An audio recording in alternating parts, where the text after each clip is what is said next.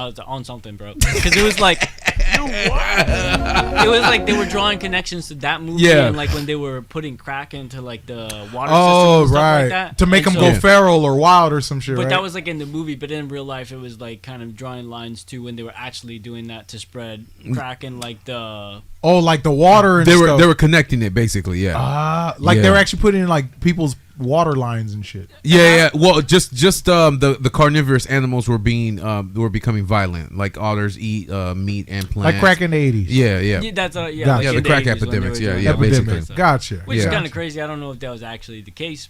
I mean, that they were trying to make that connection, but it was like a kind of. You could kind of draw that, right? A lot of media references that era. Mm-hmm. Batman references it. Daredevil references it. Yeah. I was born in the darkness. Molded by it. Oh. I honestly think his speech was better than Joker's. I'm sorry. Bro, Joker didn't really have speech. It was just chaos, bro. Right. Bane's speeches were just, they hit every time. Because where is the lie? Yeah. He never said a lie. Yeah. He never said a lie, bro. I get it. Joker's Joker. He's Batman's greatest villain. Sure. Joker's actually, he's pretty cool, man. He's cool. Yeah. Don't get me wrong. But Bane, like, I get it. Y'all watch Penguin? He has. Bro, you liked it? Like, fucking amazing. Good. Yeah? I thought it was good. Fucking amazing. Okay. It was great, and he finally won an Oscar for that. I'm like, bro, this man has been trying forever to fucking win an Oscar his entire life. What other Oscar-worthy films has he been in that hasn't? None. That's probably spooky shit. Boy gassed him up. That's probably he didn't have fuel yet. No fuel yet. Bro, he didn't. Bro, tried to put Formula One fuel in the fucking Honda Civic. Gassed that man way the fuck up. And had none of the qualifications. No, I just feel happy. I'm happy for him, just like I am Leonardo DiCaprio. Right. Leonardo DiCaprio was in. There's actually evidence, bro. DiCaprio, man's been in so. Dog, there's evidence. Yeah, you knew they had it out against him. Yeah, of course. Since he opened his mouth. Okay, so at 16, he opened his mouth and he said, "These old people don't know what a good film is from a bad film," and they put him on the blacklist for about 2 decades, almost 3. Almost 3 decades. Almost 3, because what was his first one? The one he didn't say a goddamn word in. Revenant. Yeah. He didn't say nothing. He didn't won an Oscar say a for saying word nothing. in it. I thought he was great in Django Unchained because he improvised in all those right. lines. But then they're like, nah. Would anyone care for some white cake? Oh, man. I believed it. I got goosebumps. I was like, oh, man. Oh, man. What? Yeah. That shit's spooky. Man, he said it with emphasis. I love it, white though. Cake. But the movie that got him his first Oscar was a movie he didn't even say a line in. That's The Revenant. Great. They're like, it was if that's you talking DiCaprio didn't have any lines in Revenant? He had, but he was quiet 80% of the film. Okay. So that was kind of the like there was no moving lines. It was just like quips, like I'm cold, hungry. Yeah. You know what I'm saying? Yeah. Most of it was just literally dynamic acting. Yeah. Like it was just in like just to survive after that bear attack, bro. That was crazy, man. I don't know why people would choose the bear. It's crazy. Leonardo DiCaprio, Wolf of Wall Street, really good. Mm-hmm. But man, one of my favorite parts in that movie is Matthew McConaughey. When they're in the building and he goes, "It's a wizzy, it's a wizzy, it's a fugazi, it's a sparied us, sparied us." Oh, I man, love Matthew McConaughey. it. I think Dude, McConaughey so many iconic. Oh yeah, lines, for sure, bro. for sure. So but that's what I'm many saying. He did so many great films, right? Before he hit The Revenant. But that's when they said, "Oh, yeah, that this was like a message. You finally shut your mouth, so we're gonna give you an Oscar." But that was like 2015, wasn't it? Yeah. Yeah, that's what I'm saying. That was like 10 years ago. Yeah, he won the Oscar 10 years ago, but it's like, damn. But then after that, that's when, of course, the accolades just start. But look at his body of work before then. Christopher Nolan always calls him. What was it? Right. Every Christopher Nolan movie ever. Inception? Like, what are we talking about, bro? Right. Oh, it hurts, man. Inception, bro. Speaking of Inception, I've been really having some crazy dreams. I've been trying to move around them dreams, have a good time. Are you dream walking yet? No. Nah. I want to, but I always it's like I have a crazy dream. I wake up probably like 4 o'clock in the morning, and then I start nodding back off to sleep. My alarm usually goes off at like 5 or 5:30. And from 4 to 5, bro, I have the craziest dreams, dude. Craziest. And it's always 4 to 5?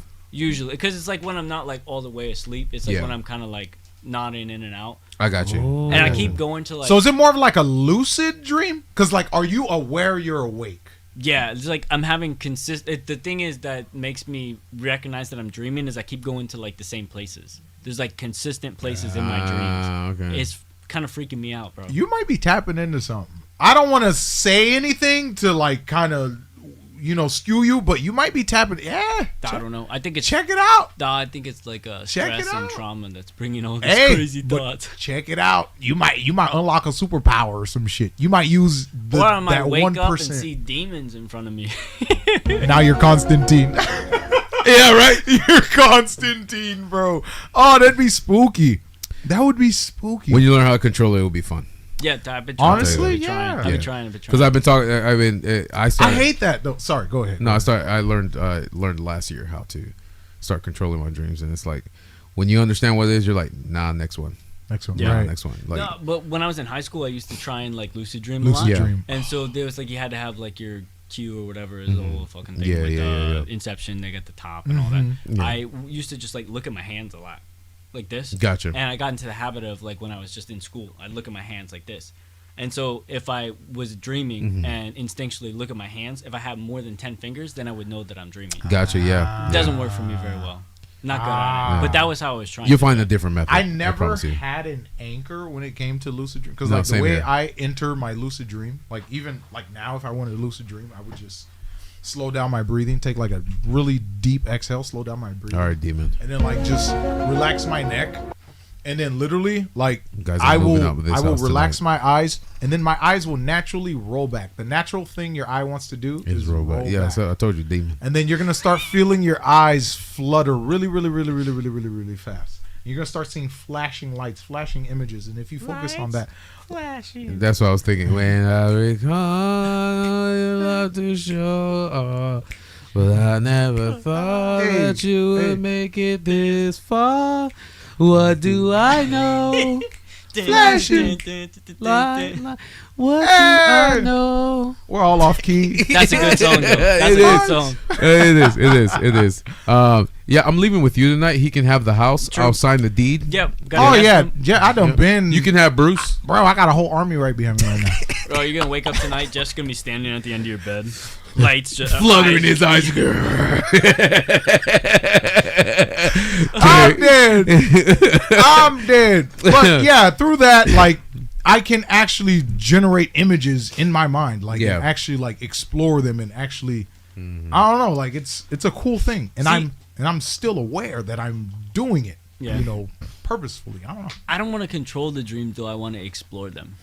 That's what I'm saying. That's what I like doing. So that's why I said when you learn how to control it, you can literally do anything, go anywhere. It's like Neo in the Matrix. Like if you want to fly, you'll fly. Right, you'll fly. If you want to, anything you think you can. If you're like, oh, I know you're there, jump to the next one. Jump to the next one. See, but even that, like, I don't want to. You don't want to disrupt jump to the next one. Gotcha. So what? I guess in Adventure Time, Finn's got a vault. Yes, they go like into his mind. They go and find the vault. Gotcha. I think that a lot of my dreams are things Locked. where it's like, I guess locked, but there's also I think there's like subconscious levels to them. Of course. And I want to go deeper into them to kind of like figure out what subconsciously I'm actually thinking about. Gotcha. I gotcha. Because, bro, I had a lot going on recently where I don't even know, like, I'm trying to figure a lot of things out. I gotcha. No, so I feel like one of the best places I can be honest with myself is in my dreams, because that's like my thoughts unadulterated. That's raw. Gotcha. They're like right. pure thoughts. So I want to go into them and see what subconsciously I'm actually and whatever you about. learn, you can interpret them, because usually there's a lot of interpretation. Yeah, do you try to interpret anything? Because I wouldn't. You want to hear something funny? Go ahead. I talked to ChatGPT about it. I'm telling you, dog. That'd be interesting. Loki, what do you call people who read dreams? Like, there's a specific word for them, though. Dream readers. I don't want to say psychic, because that's not. No, there's no. Don't fucking crazy. Do that. Because then someone's gonna curse me because I called him a psychic. Dream readers. That's not what you call us. We're called dream readers. What do you call them? We're called dream readers. What do you call a dream? snoozing scribes. Yeah. But the usually when you go online and you type in what you dreamt about. It's just an interpreter. Yeah. They usually have like a similar or close to accurate of what you might be going through in your wake life. So that's kind of what I do sometimes, especially if I don't understand what they're dreaming. Because a lot of people think, oh, because a family member died in a dream, that means they're gonna die. It's a direct. Yeah, I don't think it's that. No, and it's not. It's never that. Absolutely. Like not. had an associate customer service staff say, "Oh, I had a dream my mom died at a hotel," and I said, "What did you interpret your dream?" She said, "No." And then when I went online and typed in mom dying at a hotel, it basically interpreted as something that she was going through with trying to battle her past relationships and trying to move forward. She's like, I'm walking away now because that's too accurate. It's crazy. But that's the thing. And it's like she automatically thought it was, oh, I told my mom not to go to a hotel because she might be right. Yeah, it's never that and it direct. had nothing to do. Right. Yeah, it's never that direct. Never that direct. So I guess to expand on it a little bit. So one of the dreams. So in not one of the dreams. In probably I would say over the past 3 months, I've gone to this place in my dreams probably four times, I would say. Gotcha. 5 times, maybe. It's like, so to get there, I always know I'm going there when I wake up or like I'm sleeping. I recognize that I'm in a place and it's a billboard. I gotcha. And to get into there's a billboard and a big warehouse building. And I climb up the billboard and I go into this warehouse building. When I get inside of it, it's always a cave. Big ass cave, and there's always like a bunch of people in there, and usually once I get into it I recognize the room, and then all of a sudden I'm sitting on top of a school bus, and the school bus is not moving anywhere. So I'm talking to ChatGPT. He says I told it I've been having this recurring place in my dream. It says, okay, well, it's probably a significant thing in your mind. And so I was describing it to it. It says, well, caves represent like darkness or something that's undiscovered, something you're not sure of. And then I go, well, there's always like a school bus in it. And it says, well, it's a vehicle, but the fact that it's not going anywhere might represent that in your waking life, there's something, you don't feel like you're progressing in your waking life. Gotcha. Like you're stalled kind of.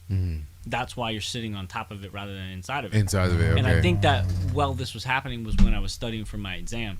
And so I guess probably for me, like studying it kind of made me feel like I wasn't going anywhere, that I was just grinding my wheels. And so in my dreams, I was in a place that was stuck, like I couldn't get anywhere. But in that same place, which I haven't been to recently, I've been really like trying to dream to get back to it. There's always like this kind of like other offshoot kind of cave. I never gone into it. I always want to, but I always wake up before I can go check it out. Do you think that, because remember, we live in a world of dualities. That could have been the potential if I had made a separate choice. But he still wants to go to that cave to check it out. But I want to figure out what's there. Because it could be... Because you might have to make that choice. Or it could be that's the eventual choice he will have to make. Yeah. Maybe. Right. I also think now that it there. could be like... One of the things I was thinking about was like this place represents kind of like embodiment of my subconscious. And so for me to go through the cave is like exploring it and getting deeper. And I might be able to see deeper thoughts about what like my subconscious thinks about what's going on in the waking world if I go into it. Because right now it feels kind of shallow because there's nothing that I really feel like akin to or like drawn to.